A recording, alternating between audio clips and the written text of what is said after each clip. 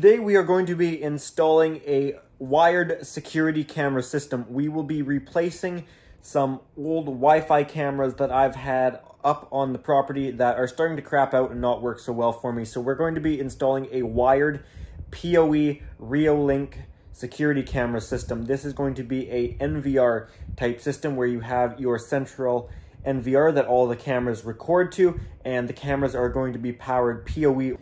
This video is not necessarily a tutorial video as I'm not an expert on this, but I'm going to be making this video from the standpoint of someone who has never installed a security camera system. I've had experience running wire for security cameras, terminating the wire for security cameras, and physically installing them, but as far as how the program sets up and the ins and outs of it, I am not experienced in that area of the install. So I'm going to be taking you guys with me along on this project. Now, I already know I'll have lots of comments saying, oh, why didn't you install this brand or do this brand? This was the brand that ticked the most boxes at a affordable cost. From what I have seen, this is the system that's going to work the best for me. I am aware that Ubiquiti sells their Unify cameras, which are definitely a fantastic product. Ubiquiti makes some awesome stuff. However, the price point of those cameras is just too far away for how much I want to spend on the house. It was just too much. So I chose to go with this Reolink system, which from what I've seen is a pretty solid system, and it gives me all the functionality and capability that I need, and the cost is not too terrible, especially because I got some of the cameras on sale. The cameras that I went with are not necessarily what you have to go with. I ordered the NVR, which is your network video recorder, I believe, and I ordered the camera spec that fit what I needed. They have some more lower end models, and they also have some higher end models that have like colored video at night and lights on the camera to illuminate the area, and some different two-way talking features and just some other capabilities, but I really don't need it. At double the cost per camera, it gives me not much functionality that I needed. In fact, I do have some other cameras that I'm going to be putting in this garage building that I am stood in. This install I'm going to be doing is starting from nothing. The house nor the garage were wired for security cameras, so I had to get wires in place. You can see there I drilled a hole in the house and then measured off the outside wall so I could get a fish tape down the exterior wall, connect to my Cat 6 cables and a pull string, and then I could pull up all of my Cat 6 cables. I only needed 3, but I ran an extra. There you can see the fish tape coming out of the wall.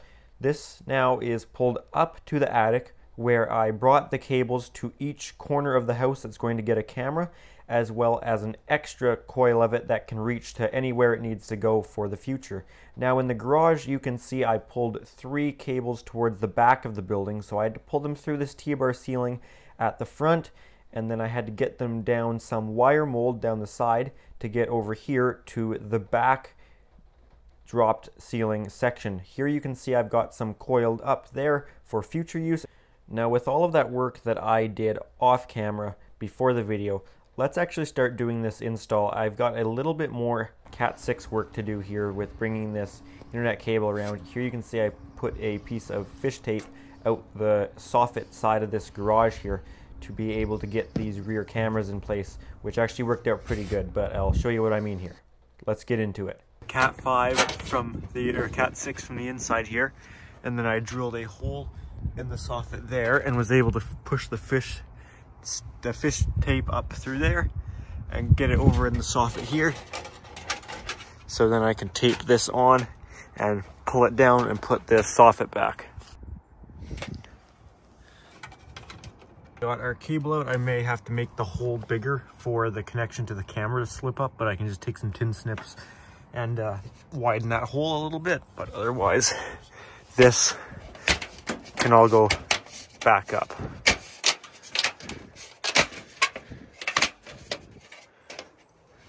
Now we need to do the other side, which is over top of this bathroom here. So we have to get into the attic here, which is kind of awkward because this T-bar ceiling is in here now, but yeah.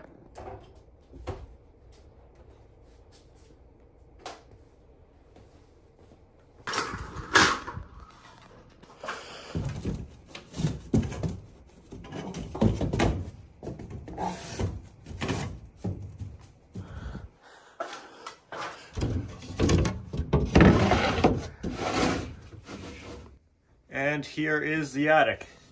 Fish stick and or fish tape, and try and do the same thing we did on the other side.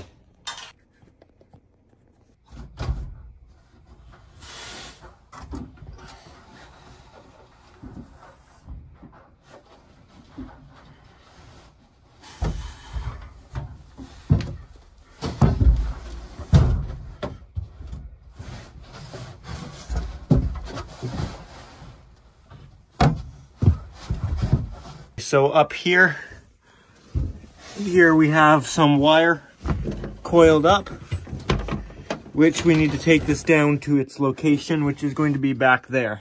This is a very tight attic space. So I'm going to unravel this, and then I'm going to take it behind all the pipes and stuff and bring it back down there, and then see how we can get outside. Reach myself down far enough into the attic. So I've got this hose over my back, and I'm going to try and hopefully crawl myself deeper back here. This is what I'm looking at over here. I'm crawling myself all the way to the skinniest part,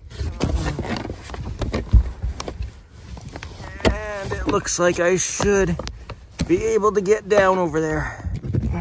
Okay, I think I've got that down there. So I'm going to try and retreat back out of here now. Hoping that is now into that soffit space. I'm very much hoping. Should be down over there. The soffit right here, so I could bend it, because I don't need this one to bend down. And then we can bend this one down. You can kind of fold these down and then pull out the soffit. You gotta be somewhat careful with it. There you have it. I've got this folded down, and look what's right there.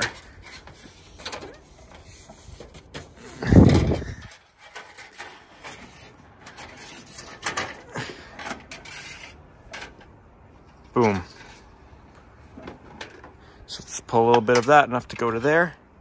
And we'll do the same thing we did on the other side. The hole there, so I can now pass my fish tape up through that hole and catch it over here, hopefully.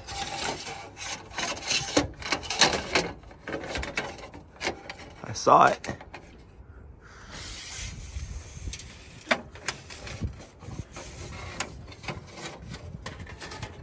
There you go.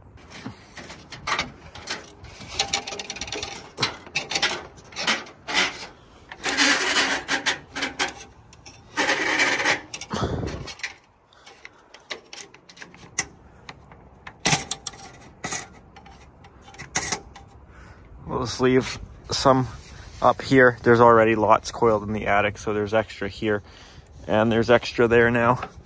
So yeah, that's good. I've now got our Cat 6 there, as well as down there. And the soffit is all closed back up. There you can see in the attic over there, we do still have extra Cat 6 that can be pulled down if it's ever needed. I could tidy it up a bit, but it's not hurting anything. It's not going to get yanked on because no one's going to go over there in that skinny part. And if they do, it'll be me. So then I'll fix it then. But I don't feel like climbing back up here. So I am going to take this light. This here, you know what? I guess I could staple it up here. I don't want it too close to the power, but whatever. Going to close the attic back up here. Whichever way that goes, must be this way.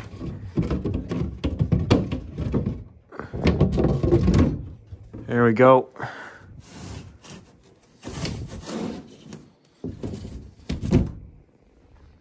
That one hanging down is for our indoor camera at this end of the building. So we'll have one at this end of the building, as well as one up there.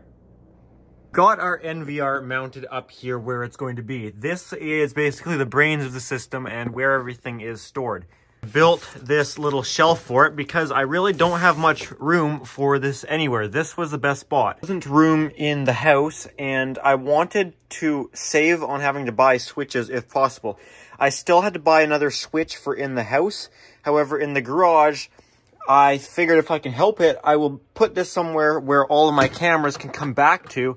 Instead of having to buy a bigger switch to replace that one, I can keep that one and have my connections up to 16 different cameras can be plugged directly into the NVR. Of course, we're not going to have that many. We're going to have, I believe, 6 from this building. Then the 3 cameras that are going to be mounted on the house have to go into a bigger switch on the house. But this is going to mount up here. It's kind of out of the way. And I have a UPS up here that will keep this going in a power outage. Of course, this building does have a generator anyways, so this only needs to cover like 20 seconds until the generator starts, but it's still good to have that there. And in the house, all of the switches in there and internet is all on another big UPS, so this will all stay powered up. Let's go ahead and open our box of cameras over here. Here we should have 6 of these outdoor cameras, which it looks like we do. 1, 2, 3, 4, 5, 6. And then these ones are actually outdoor cameras too. These are a lower end model. These ones are 5 megapixels. I'm not sure if these ones record 4K or not, but I'm going to be putting these 2 inside. I'm going to be using these inside. And then here is our switch for inside the house, as I needed to upgrade it. Going to open up one of our cameras here just to show you guys, and then we're going to start terminating jacks, because in this order of stuff I bought our tool for the RJ45 jacks. I didn't previously own one. I'd always borrowed one from a guy I work with.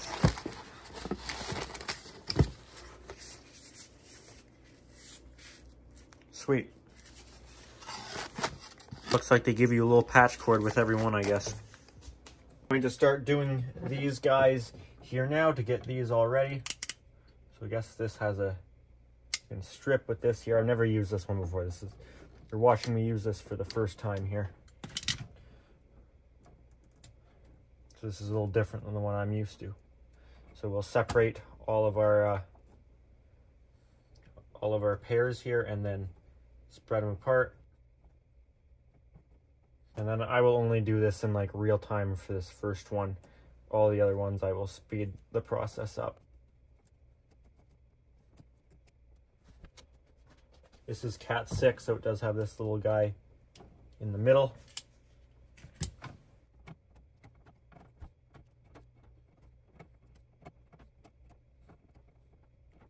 And I'm going to be punching these down A. You could do B too, but I've done everything else in my house A, so I will continue this. I have these pass-through RJ45 connectors, jacks, whatever.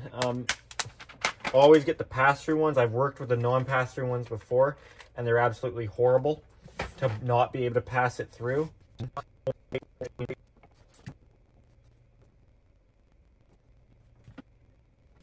All right, I've got that on there. Colors are all good. Now I think this is one that will actually chop the ends off at the same time.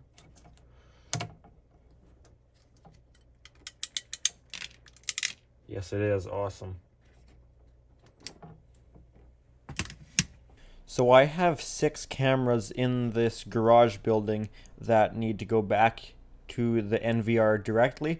And in the house, obviously, they're not going to come back to the NVR because they would have to come underground in the 1/2-inch conduit, which there's not enough room, and it would just be impractical to go back that far. So the ones in the house need to go to a switch. That's why I have that larger switch, because I'm going to need to add these cameras to the existing network in the house.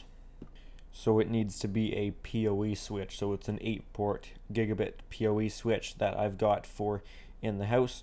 And on the back of the NVR directly, you could have up to 16 cameras supported directly off the NVR.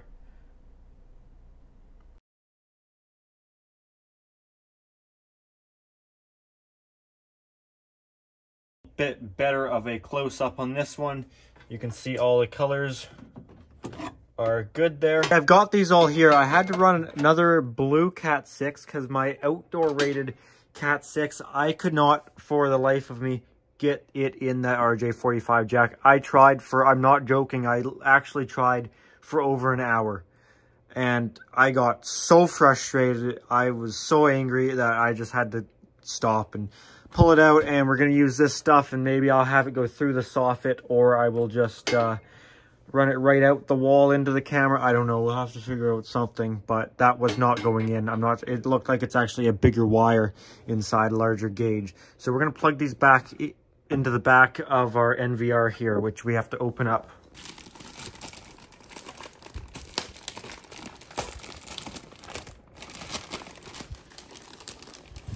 One of these is going to plug into the switch. I got to figure out which one it is that was intended to go there. Looks like either one of these longer two would be fine.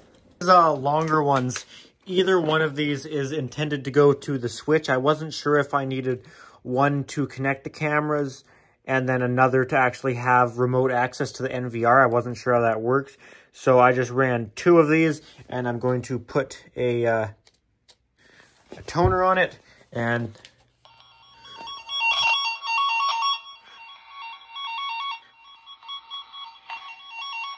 is that going to be strong enough? Yep.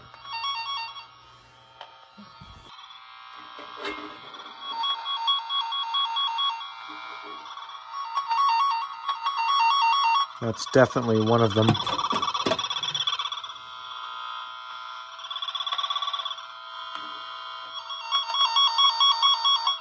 I'd say that's the second one.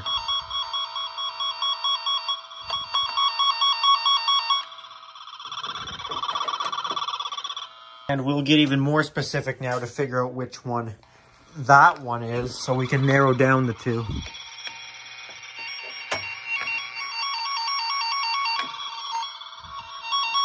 That would be that one there.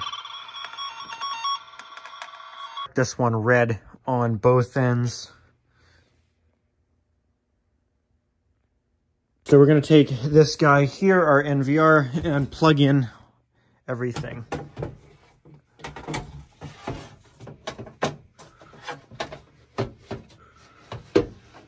Here is going to be my LAN connection.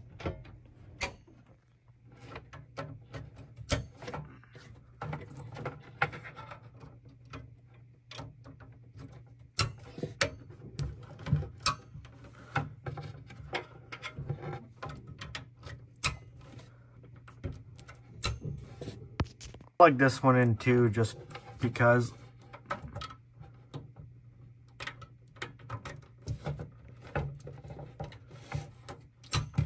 I'm going to start by putting up our indoor cameras here.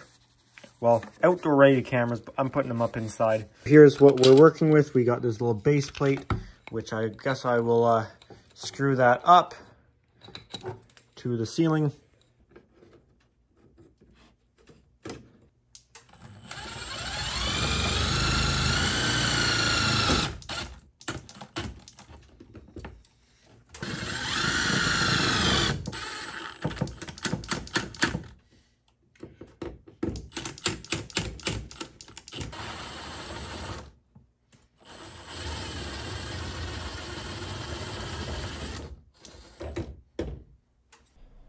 So right here, I'm just making up another RJ45 end to plug into this camera. And this is why I have to make sure that I'm doing it the same on either end. If I do style A on one end, I need to do it on the other end. So it has to be the same. I'm going to put the camera up here. My first one of these new cameras to put up. We'll take this plug off of there because we're going to be powering this POE. So we don't need like the other 12 volt one. Apparently the other one's a reset switch. I guess the smarter thing would have been to keep the cap on until you get it through the ceiling. So we'll do that.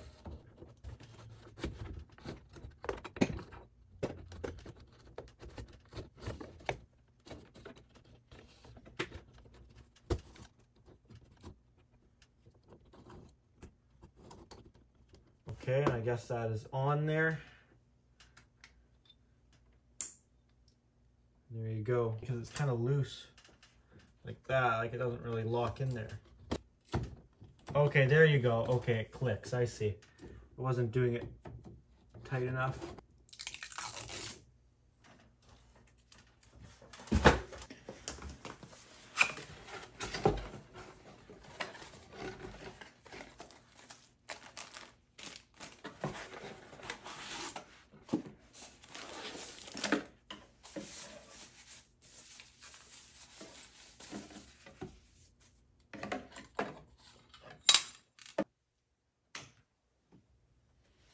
Now I'll do the second RJ45 connection for my second indoor camera. These are actually outdoor rated cameras, just a lower spec than the ones I put outside, but they were not too expensive, so I thought they'd be fine.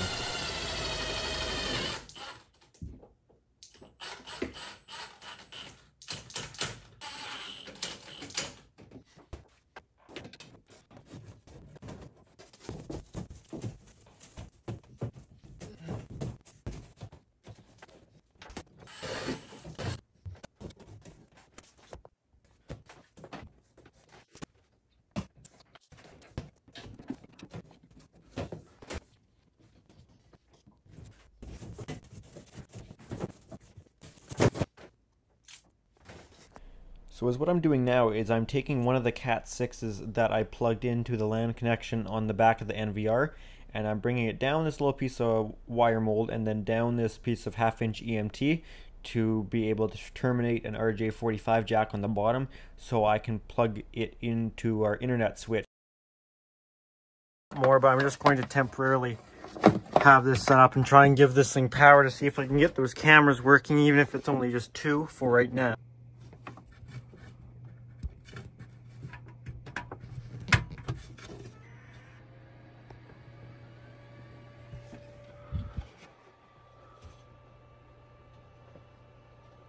For the one at the front, I need to get it out here, and I was going to take it up into the soffit and run it through the attic, but it's going to be very difficult, so I decided not to do it that way, and I'm going to bring it out the hole right there beside that light. If I can turn down the exposure a little bit. Anyway, that little hole there where the power comes out for that one, I don't think I'm going to put it all the way up there. I'm going to put it just like right above the light. That way it's a little more out of the rain than that one. Not that it matters, they are completely rainproof, but maybe the image would be a little better if there's not water coming down it. And mainly because then I can keep most of the cord inside, because I don't have the weatherproof Cat 6 cable. All I've got is the little bit of cable that comes with it. I measured that hole in the wall, and it is 17 millimeters, but the cord on the camera that has to fit through it is 19.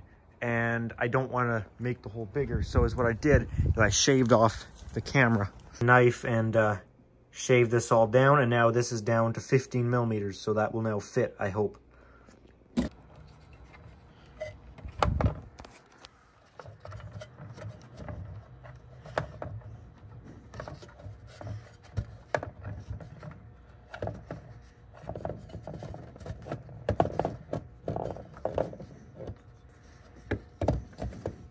Hoping to put this camera up here, something like this.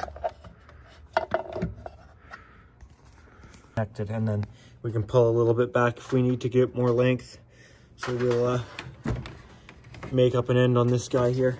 So what's happening here is the blue Cat 6 cable is not rated to go into wet conditions, and I couldn't use the black stuff because I couldn't fit it in my RJ45 jack. The white insulation is rated because it's got rain-tight connectors on it, so obviously it is designed for it. I made up that end there, and that is now plugged into the camera. So a little bit of that can feed back through if we need, just up to that chunky part, and then we'll mount the camera on the outside now. Some nice stainless steel screws here, so I'll use 2 of those to mount that. Okay, I've got this guy up here, and I'm just going to tuck the cord down there and silicone this hole here. Okay, this is what I've started using here, is this GE stuff. I find this to be really nice silicone to work with. Definitely not a great job, but it will do.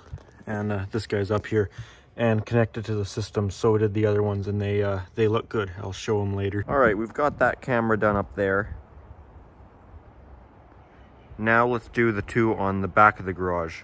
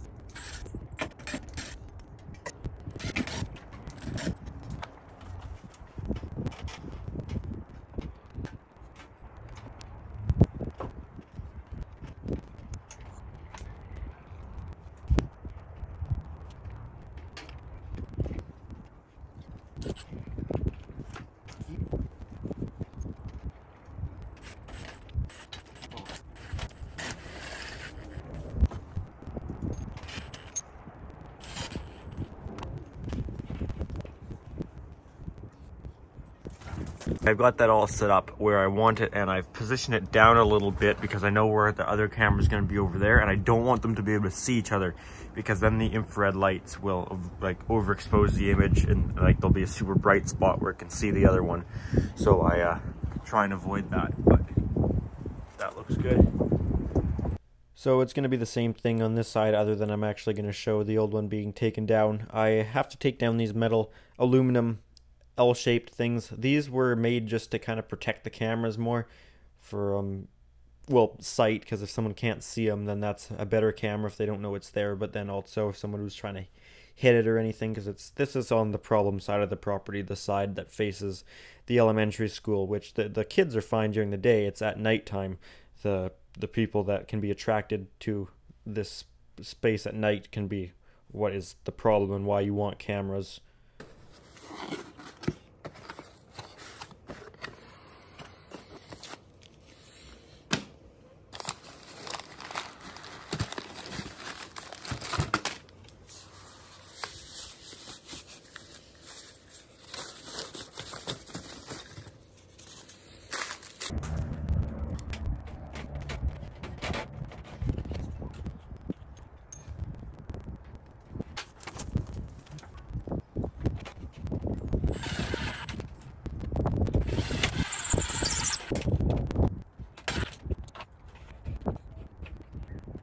Okay, there we go. That is another one. All good.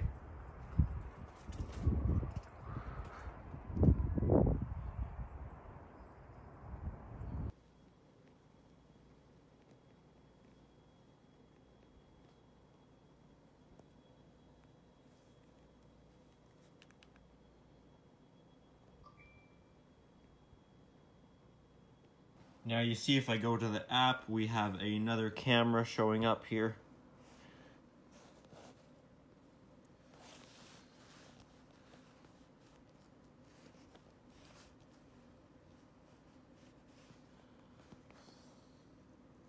Sweet, that looks pretty good. Alrighty, that has the garage all done. Now it's time to do the house cameras. Now that's going to be a little trickier because I got to get into the attic. Not trickier, just I don't want to do it, but it's got to be done. So, yeah. I won't be getting the cameras at the very far edge, say right there. There'll be more back right around there, back probably a foot from the edge, because I have a truss at the end of the house, and to be able to get through that, I have to drill through it, but you're not supposed to drill the pre-made engineered trusses. You're just supposed to leave them alone.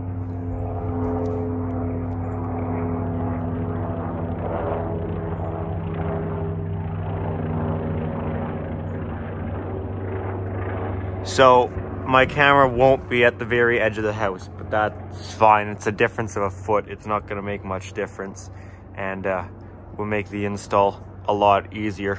I guess we'll start with this one back here, because this is going to be the worst one to do, because this is the corner of the attic where there's crap ton of insulation. This little 1 3/8 masonry bit, so that will be a large enough hole to get those connectors from the cameras through. So I'll drill into the stucco with this.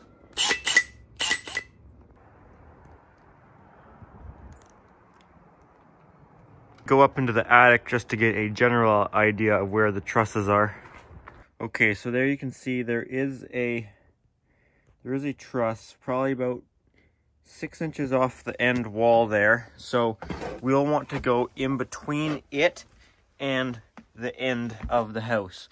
Now, I was thinking that we would have had a truss at the very edge, which I guess we don't really, but I could, if I had to, drill a hole. Sorry, I'm falling over here. I could drill a hole, say, through here and then fish down that soffit space, but I just don't want to. It's such a horrible, tight section of the attic over there. And for what? To get me a foot more over, then I have to fish it and try and catch the fish tape, and it's just, there's no point. It's so much extra work for nothing. Just call me lazy if you want. I don't care. It's not worth it to me. This might still be a prefabricated thing, which maybe this is different. Maybe you can drill this. I know you can't drill the trusses. I don't know. I'd rather just not.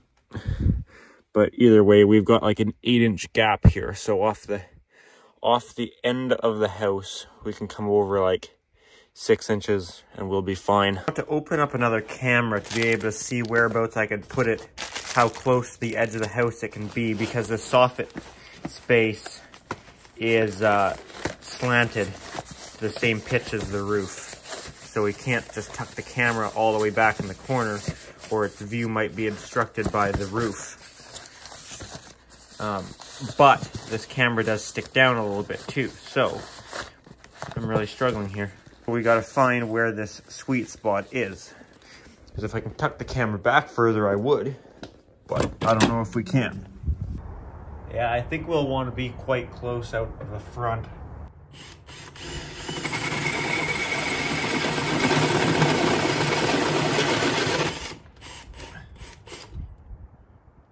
Now going to stick a piece of fish tape up there.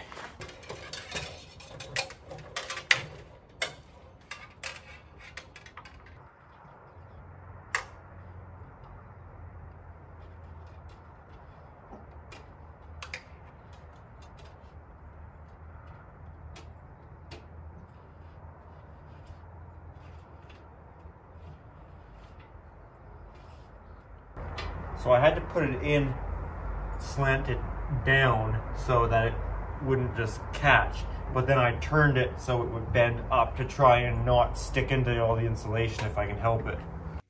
So I'm sitting here, it's about as slow as I can get and still film. See, that did what I wanted it to do, where it pushed up onto the ceiling instead of riding through the insulation, then you have to dig for it. So I'm gonna go over there, tie it on, and then pull it out. Okay, that is tied on, so I can now head back to the ladder and pull it out. All right, now watch this.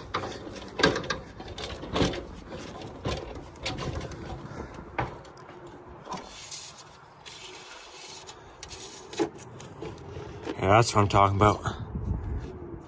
So now I will cut off the end because it was wrapped up in the attic. I had it coiled up and I had kind of tied a knot with itself at the end of it to keep it together. So I don't want to use that one that's been bended really tight if the copper is compromised.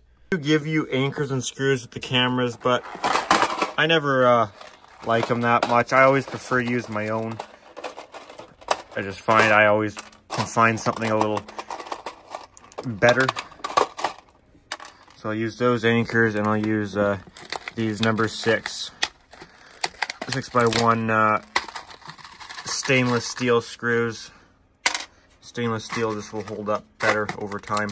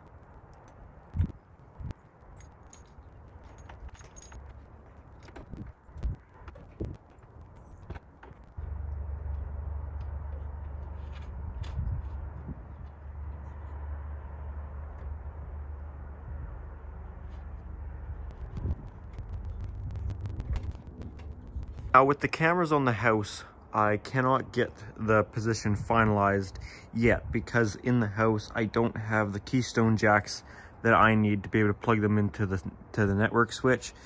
But I can still get the cameras up and get them as close as I think, and then if I have to come back with a ladder and just do some minor adjustment, that is fine. I'd still rather get this done now, get all the wire pulled over and get them installed at least.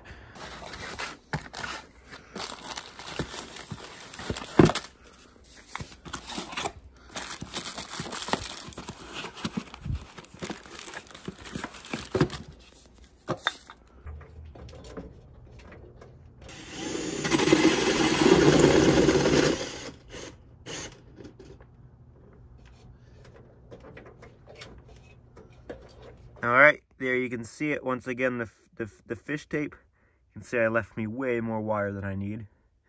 That's okay. Okie dokie, I crawled on over there and tied her up, so now we'll pull it down.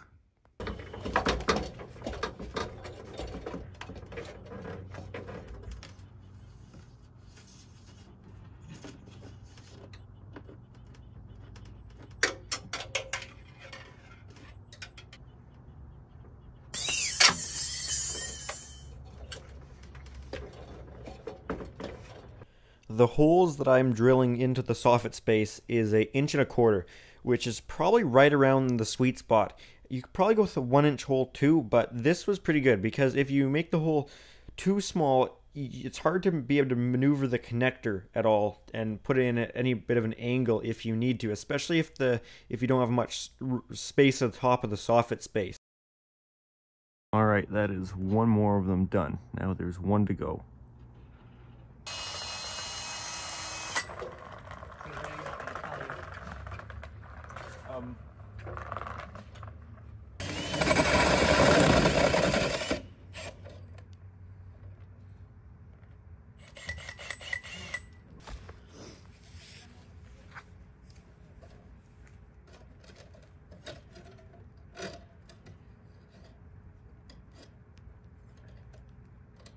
I know, I'm trying to flip it over. Flip. Flip for me.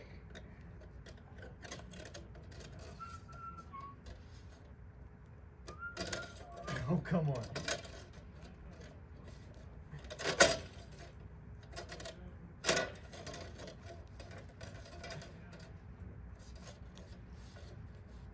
Okay, back up in the attic, and I got my last one to tie on here now. Alrighty, we're all tied on now, ready to pull it down.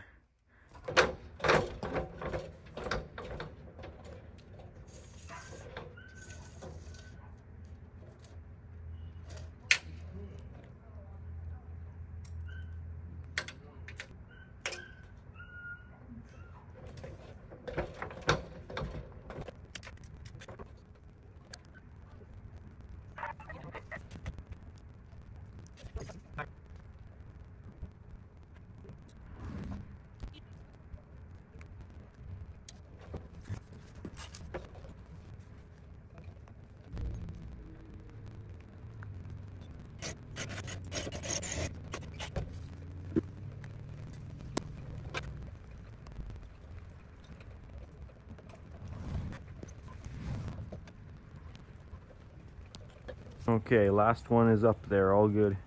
I'm going to put in the keystone jack back here for the house cameras. I'm going to terminate all 4. One is a spare, but I'll just terminate all of them since I would have to actually check which one is the spare. Might as well do them all. It would appear Nick started another time lapse, so now I have to find something to say for the next minute of this time lapse. So basically, what I did here is I terminated these keystone jacks. There's nothing too exciting about them. You just have to make sure you do them the same way as your RJ45 jacks to make sure it's just A on both ends or B on both ends. There's nothing too exciting about these. These aren't too difficult to do. I think they're definitely easier than the pass-through RJ45 ends. I find these to be easier, but that's just me. And this is all CommScope stuff. I think I said that in another clip, but you want to get them to match the plates because sometimes they don't work. All right, that is how these look here. I know I didn't show them too close up as it's just a time lapse, so that's basically what those look like. Of course, we're doing this A. I'll snap that guy on there. That makes sure everything stays in place. And then this guy here.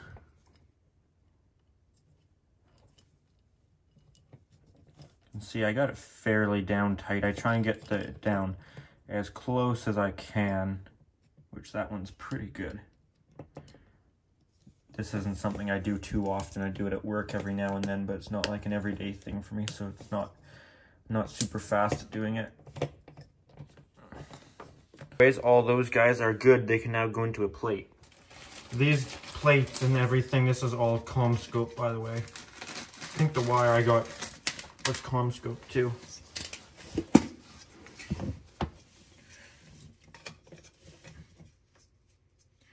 These do have a certain way they click in. That says up, so that should go down like that.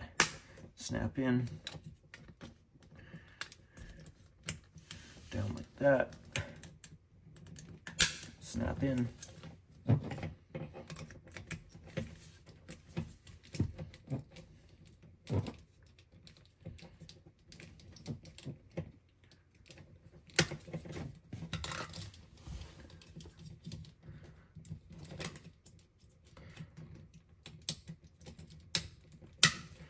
Alrighty.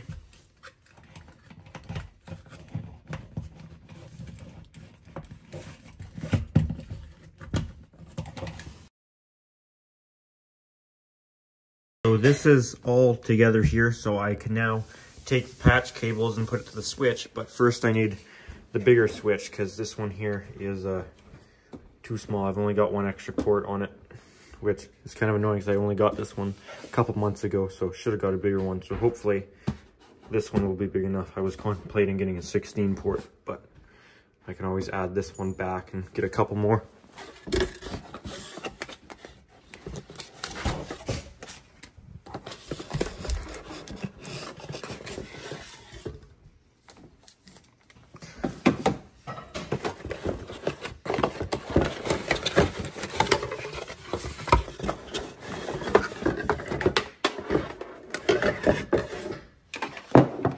Put some little rubber feet on there, and then that should be all we need to do. I've unplugged our old switch, plugged our new guy in, so this will be our internet going into it. So I don't think it matters where it goes, so it's going to go on the one closest. And then we've got our upstairs access point right here.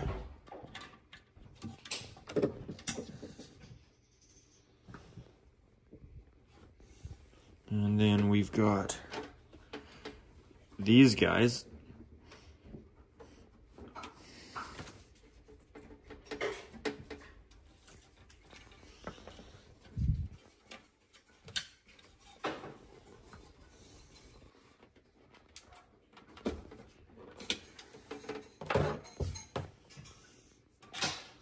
This one probably won't light up. I think that might be going to for a computer in the basement.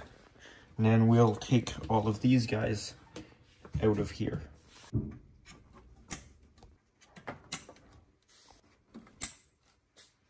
plug the other end in to here, and if I see there's activity on it, then I know it's actually going to a camera.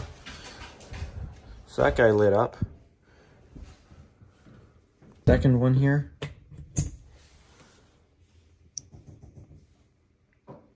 Okay, that lit up. And that one there, that lit up. But I bet if I took it to the other one here, it would not. Yep, no it didn't. Wow, I happened to luck out and get all the ones that were connected first try. That's impressive. So these ones are blinking orange, which means, or yellow, which is 100 megabits, megabytes, whatever it is, I don't know. One or the other. 100/10. And if it's gigabit, then it's green. So we have enough room for one more port, which we could use to, like, say, go into this other switch if we needed. But this one can go away for extra for now.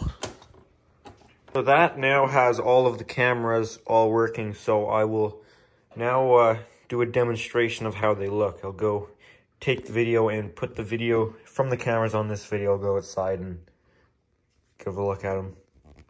Okay, this will be my video test of one of the two cameras. This is one of them at the front of the house. This is a voiceover here because I forgot to turn on recording of audio. By default it's not, you have to turn it on, and because I just added these cameras I hadn't turned it on, so sorry about that one, but yeah. Okay, this will be the backyard one.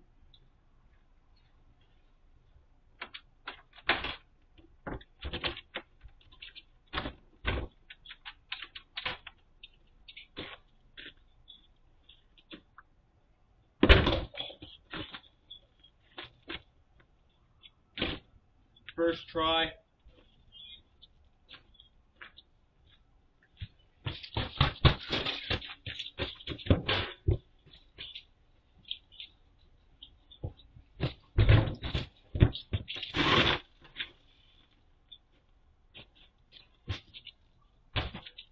Parkour.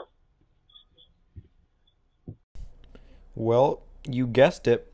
I'm back for another video, voiceover. And yep, I forgot to record audio again or turn on that setting, but this is how the back of the house camera looks. And basically what I'm going to say is I have the old camera up beside it, so I'm going to do a comparison between them. Okay, here you go. This is the quality from the old camera. So this camera I've got to take down because the new one's going to take over. I find the image quality way better and the sound, and I hate getting ads every time I open the damn app. Okay, this is one of the rear cameras in the back of the garage. This is what this one can see. It's got a good view of the fence. So this is what I look like. And I'm going to come back and do this whole test again at night so you guys can see how it looks in the dark. So yeah, that's that one. You can see the fence good.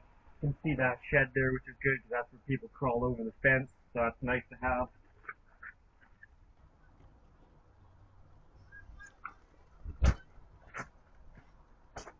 Okay, and then this is the other camera at the back of the garage looking the other way. So these cameras can kind of protect each other because they can see each other.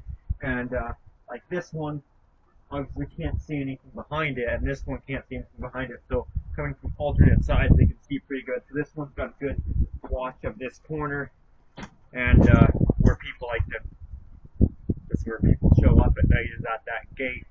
Sometimes drive into the gate. It's good to have cameras back here. Oh yeah, listen to this.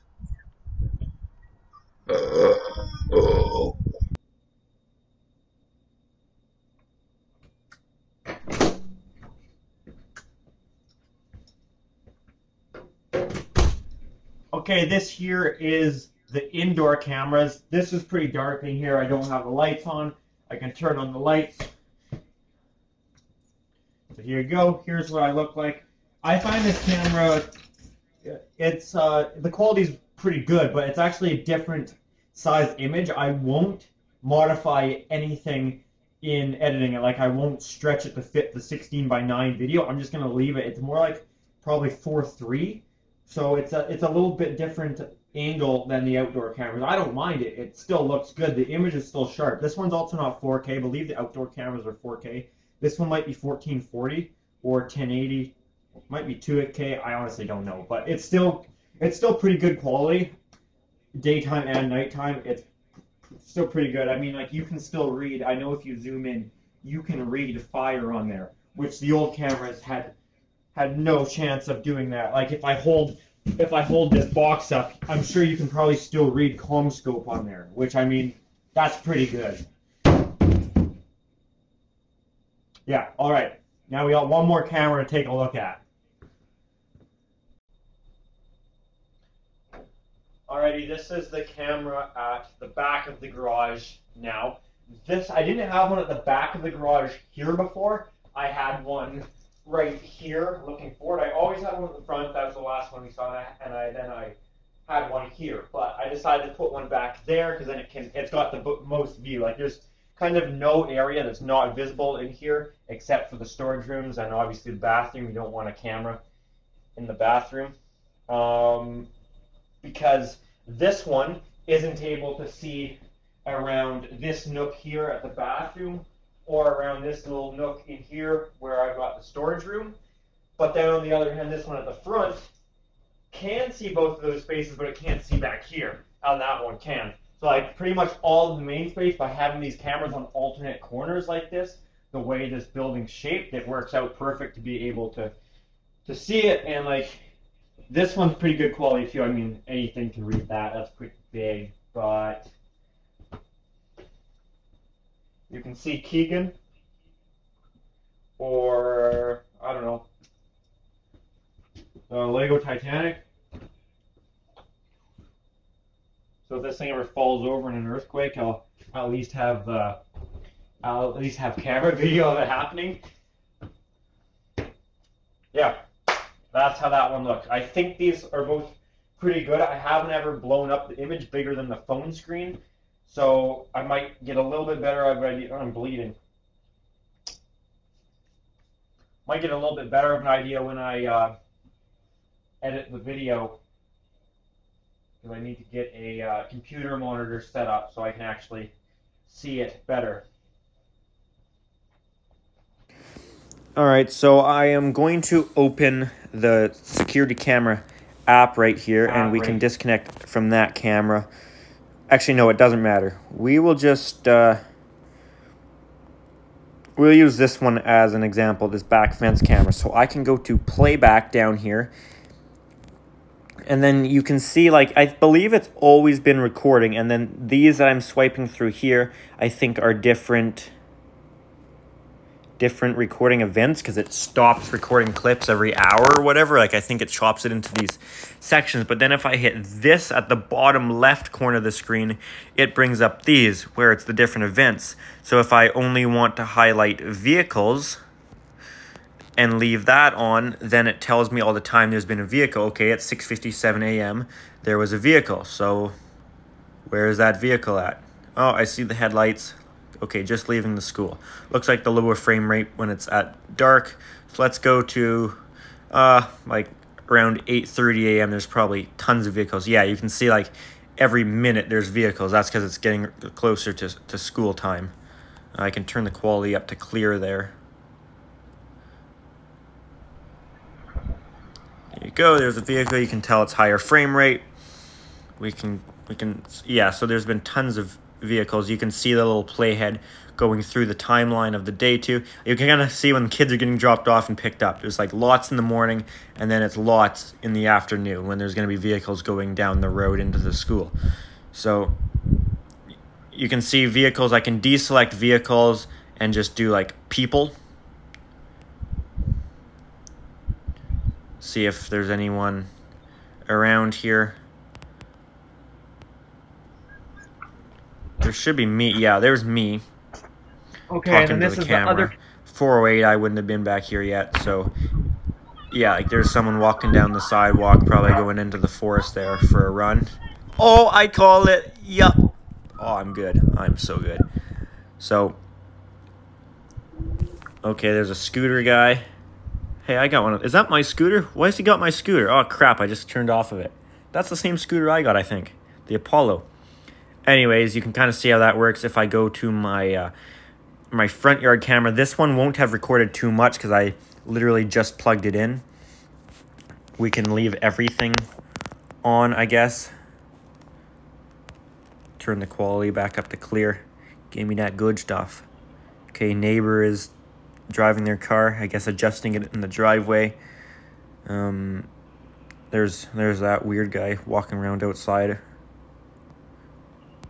Weird guys out there again. All right. Yeah, so you can see this camera hasn't been... Oh my god, does this guy ever freaking take a break? Okay, so that's when neighbor first came home before going into the driveway. But you can see the quality is pretty good. Like I can read TRD 4x4. Yeah, I mean, it's decent, that's for sure. Can I read the neighbor's plate? Probably not. That's pretty far. Yeah, I can't read that, but it is much, much better than anything I've had before. Alrighty, so that's how that video looks. This is now phone quality video. I think they record 30 frames per second, which is an upgrade from my last cameras that might have been like 20 at 1080. So this is definitely better. And by the way, that NVR right now has a 4 terabyte drive in it. However, I can add a second drive, and you can have bigger drives too. The maximum is 2 6 terabyte hard drives. So I can have a total of 12 terabyte capacity, which I probably won't need. I've been watching how much it's filling up so far, and it's really not going too quick at all. So this will still get me probably, at the rate it's going, probably like a week of footage, which, I don't know, some people say that's not enough. I only need like a couple days of footage. Like if something happens, I'm going to know what happened pretty quickly, I think, and I can't see needing that much more. But I mean, hard drives aren't too expensive nowadays, so I could always add more storage if I really wanted. We'll see though. So anyways, that was the daytime test. I'm going to come back to you guys once it's dark. It is 4:28 p.m. So give it probably 2 hours and it'll be getting dark. It is now dark out. It's 8:30, so it's plenty dark. As you can see, the backyard's real bright because of the big lights. But I will show the same cameras in the same order I did before. Okay, this is now the nighttime test of this one.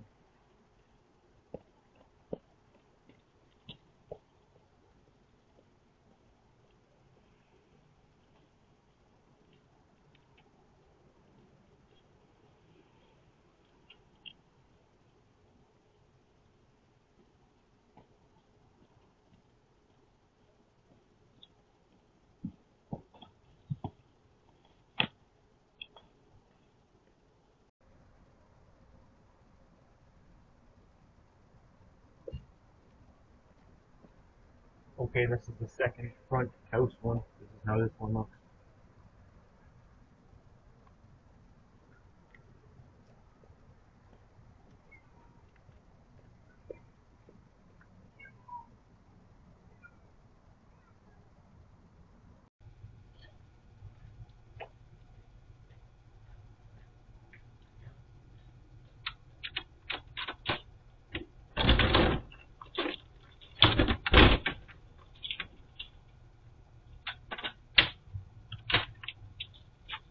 Okay, so now you can see with this one, this hasn't switched to night vision because there are so many lights outside here that it's still plenty bright.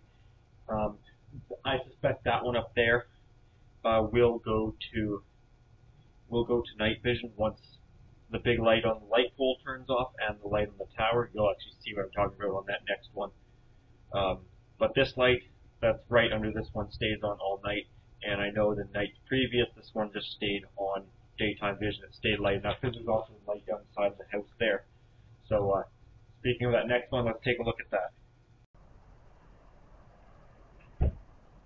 Okay, this is how this backyard camera looks up here. So right now it's in color mode. Like I said earlier in the video, I could have got the higher end one that does color all the time, whether it's bright or dark, but it was like double the cost, and it had to have the lights on to come on, I think, and I didn't like that. But I can manually switch off the pole light and the tower light to replicate what happens after 11 p.m. Okay, that's what this one looks like with the lights off and I do actually see settings here. I can toggle it auto, or always black and white night vision, or always color. So just because I can, I wonder what happens if I leave it in color. I'm going to switch this to color now and see how that looks. This one looks in color mode while it's dark out, which actually doesn't look too bad. I don't know which is better, this one or the black and white. We'll see. Okay, that is what this back of the garage camera looks like at nighttime. And that is what this other back of the garage camera looks like at nighttime.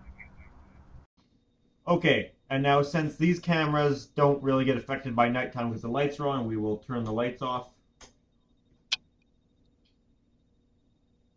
And there you can see that it is now in the night mode. That's the front camera.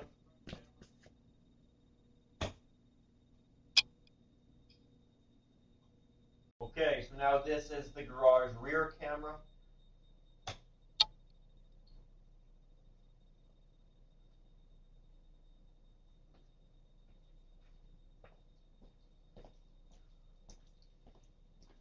This is how this one looks at night.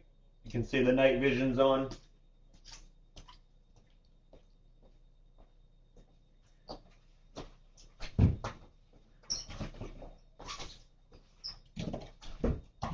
That did not throw well at all.